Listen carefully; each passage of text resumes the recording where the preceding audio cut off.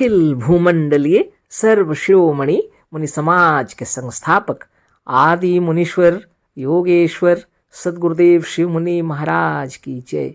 उपस्थित मुनि वृंद, साधु सज्जन वृंद, संत वृंद, साधक वृंद, आध्यात्म ज्ञान के जिज्ञासुओं और प्रेमियों, सभी श्रोता वृंद, आप सभी को मेरा कोटिशः नमन, सप्रेम जय जय। तो आध्यात्मिक चर्चा चल रही है और हम लोग सदगुरुदेव शिव मुनि महाराज रचित योग समाधि पर चर्चा कर रहे हैं। यह तारीख 6 फरवरी गुरुवार 1923 सन 1958 ईस्वी की ज्ञान शक्ति से है। और चर्चा चल रही है योग समाधि के अंतर्गत ही अभी चर्चा चल ही रही है और इसमें शीर्षक दिए हैं सदगुरुदेव शिव मुनि महाराज सुख दुख। इस पर चर्चा करेंगे, है ना। दुख सुख क्या है? बहुत से लोग दुख नहीं चाहते, केवल सुख चाहते हैं। ऐसे लोग यह नहीं जानते कि यदि दुख न हो तो सुख का अनुभव ही नहीं होगा। अज्ञानी है हम लोग, है ना। हम लोग क्या सोचते हैं, सुख ही सुख मिले, है ना। अगर दुख आ पड़े तो परेशान हो जाते हैं हम लोग, है ना। लेकिन सदगुरुदेव हम लोगों की मनोमस्तिष्क को इतने सुंदर तरीके से समझा रहे हैं, इसकी महिमा समझा रहे हैं सुख और दुख की, है ना। गुरुदेव की वाणी से सुनिए कितने सुंदर तरीके से उन्होंने समझाया है। दुख सुख क्या है? बहुत से लोग दुख नहीं चाहते, केवल सुख चाहते हैं। ऐसे लोग यह नहीं जानते यदि दुख न हो तो सुख का अनुभव ही नहीं होगा। भूख का दुख सबसे बड़ा दुख है। यदि भूख का दुख संसार में न हो अथवा यदि भूख न लगे तो भोजन का सुख ही नहीं मालूम होगा। यदि प्यास का दुख संसार में न होता तो ठंडे पानी का सुख ही नहीं होगा। यदि मनुष्य थके नहीं तो आराम का सुख नहीं मालूम होगा। बैठे बैठे ऊब जाने पर ही चलने का सुख मालूम होता है। चलते चलते थक जाने पर बैठने का सुख मालूम होता है। रात को सोते सोते पक्षी या चिड़िया थक जाने पर जब सवेरे उड़ती है तो चहचहाकर आनंद मनाने लगती है।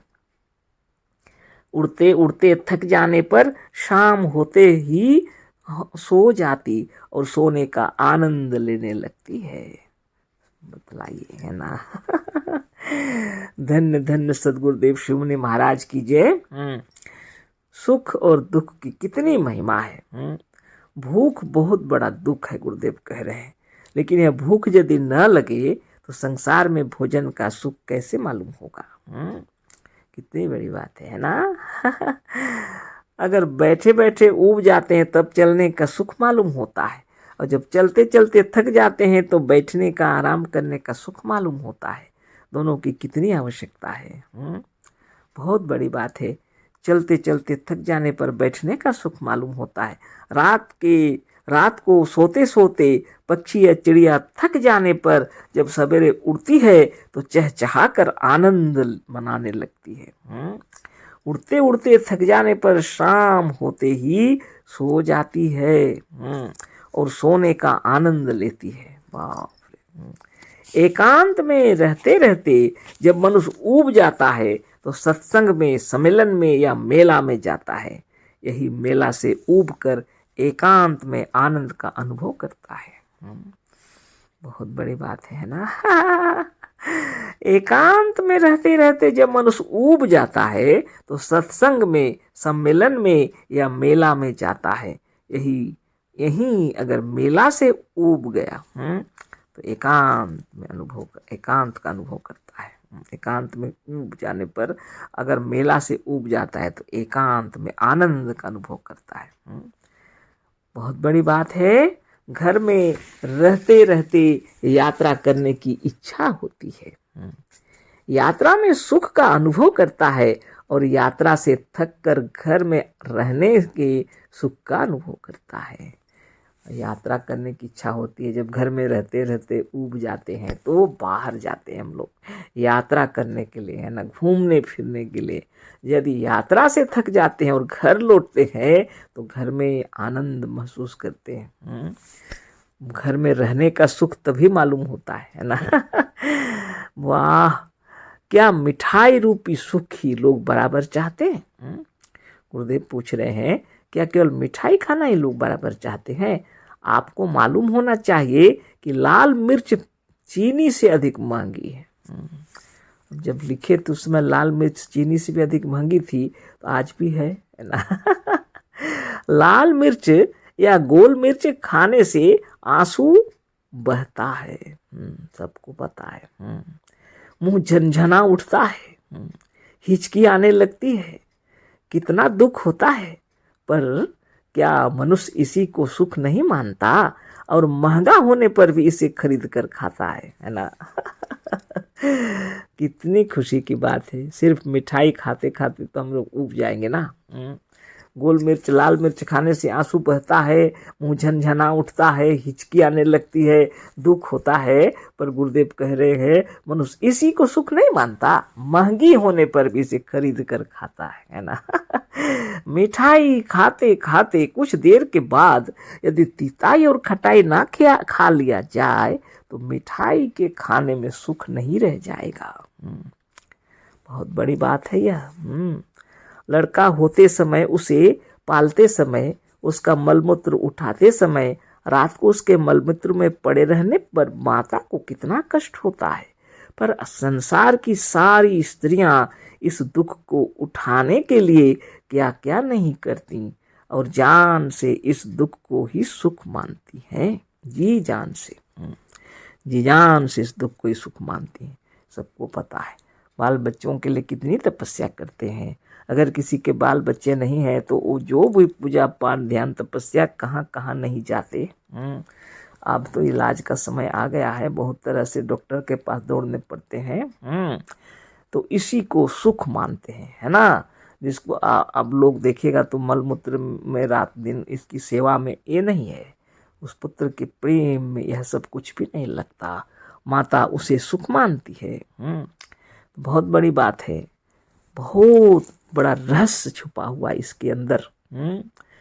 वाह, कितनी बड़ी बात है। प्रेम से कितना दुख होता, पर क्या प्रेमी उसी में सुख नहीं मानता? कभी कभी प्रेम से भी बहुत दुख उठाना पड़ता है, लेकिन प्रेमी उसी में सुख मानते हैं। जितना ही दुख उठाने पर जो वस्तु मिलती है उसमें उतना ही सुख होता है। बहुत बड़ी शक्ति है आत्मा के अंदर। दुख उठाने पर भी जो सुख प्राप्त होता है उसमें भी हमें आनंद प्राप्त होता है। सबसे महिमा बढ़ जाती है उस सुख की।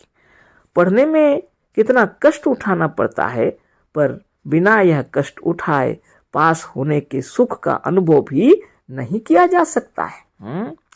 पढ़ने में चाहे जितना दुख उठाना पड़े, लेकिन दुख को पार जब कर जाते हैं पढ़ करके और पास हो जाते हैं तो आनंद बरसता है हृदय में, है ना।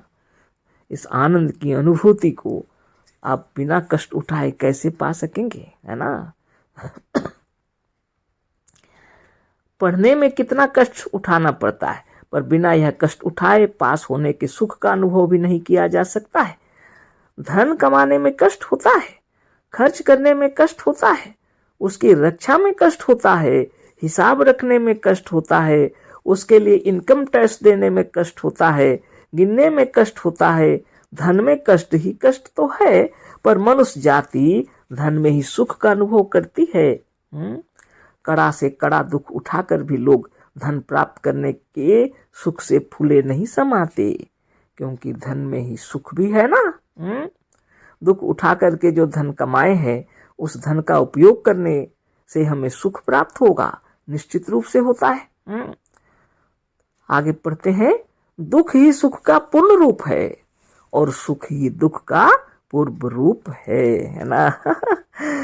दुख ही सुख का पूर्ण रूप है और सुख ही दुख का पूर्व रूप है।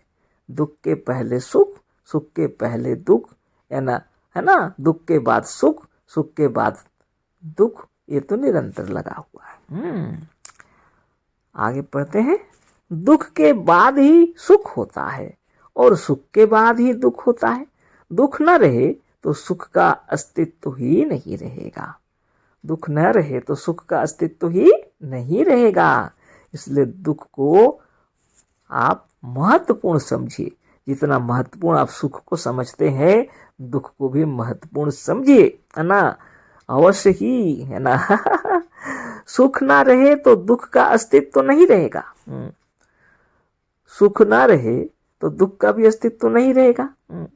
दुख और सुख दोनों सापेक्ष शब्द हैं, है ना।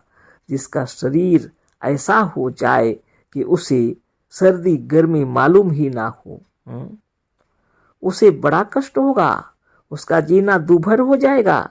गर्मी ना मालूम हो तो गर्मा गर्म चाय, गर्म जलेबी, गर्मा गर्म दूध, गर्मा गर्म भोजन और जाड़े में अग्नि के सेवन का उसे क्या आनंद मिलेगा। जिसके शरीर के छू जाने से गर्मी गर्मी न रह जाए, ठंडी हो जाए, तो उसके भीतर की जठराग्नि और शरीर का रक्त की गर्मी नष्ट हो जाएगी, फिर तो मनुष्य तुरंत मर जाएगा। कितनी महिमा है। शरीर के सुख दुख को समझ लेने पर, इस रहस्य को जान लेने पर हम लोग आनंद विभोर हो जाते हैं। सद्गुरु की महिमा से हम लोग को यह ज्ञान हो रहा है ना। नहीं तो हम लोग पीड़ित होते थे, पर अब समझ में आ रहा है। पहले भी लोग देखते थे और अनुभवी लोग बताते हैं, लेकिन सद्गुरुदेव की वाणी से इतना आनंद मालूम पड़ता है ना। बाप रे, सुख की महिमा और दुख की महिमा मालूम हो गई, है ना। कष्ट उठाने के लिए हमेशा तैयार रहना चाहिए। परिश्रम करने के लिए हमेशा तैयार रहना चाहिए। बिना परिश्रम से कुछ प्राप्त नहीं होगा। अगर आप स्वस्थ निरोग रहना चाहते हैं तो योगाभ्यास करना पड़ेगा, नियमित जागना पड़ेगा, नियम से साधन करना निश्चित रूप से है। अगर आपको समय ऐसा नहीं है तो आप अपने अनुसार कीजिए।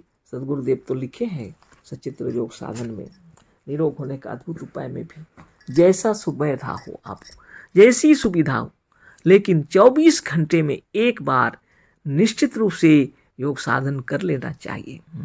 यह साधारण नहीं है। आप चक्रभेदन साधन जो गुरुदेव बतलाए हैं, इसमें सकल सृष्टि आपके भीतर है, बतलाए हैं गुरुदेव। सारी सृष्टि के माने आप मालिक हैं, और अपने अंदर अपने आप को जीतना है आपको, है ना। ये बहुत रहस्यमयी बातें हैं। बिना योग साधन के आप इसकी महिमा नहीं समझ सकेंगे। सकल सृष्टि के मालिक हैं आप, और इसका एक छोटा रूप आपके पास है ना। यह पिंड, यह ब्रह्मांड का छोटा रूप है, और इसको जीतने के लिए आपको 18 चक्र में भ्रमण करना पड़ता है। यह 18 चक्र क्या है? यह 14 भुवन है आपके शरीर के अंदर, है ना। इस 14 भुवन में आपको भ्रमण करना पड़ता है। चक्र भेदन सीख करके नियमित साधन करना चाहिए, और अंतरात्मा में अपने आप का दर्शन करके, यानी अपने आप का ज्ञान प्राप्त करके आनंद मगन रहना चाहिए। कल फिर आगे चर्चा करेंगे। आज तो चर्चा क्या करेंगे, इतना महिमा से लिखे हैं गुरुदेव, उनकी वाणी पर तो एक कदम भी आगे नहीं निकला जा सकता, है ना। यूं ही हम लोग पुस्तक निकाले हैं, इसलिए जो नहीं पढ़ सकते कम से कम वो लोग सुनेंगे, है ना। और जो पढ़ सकते हैं उनकी तो कोई बात ही नहीं है ना। तो बहुत बहुत धन्यवाद, आशीष धन्यवाद, कोटि से नमन। सद्गुरुदेव शिव मुनि महाराज की जय। सप्रेम जय जीव।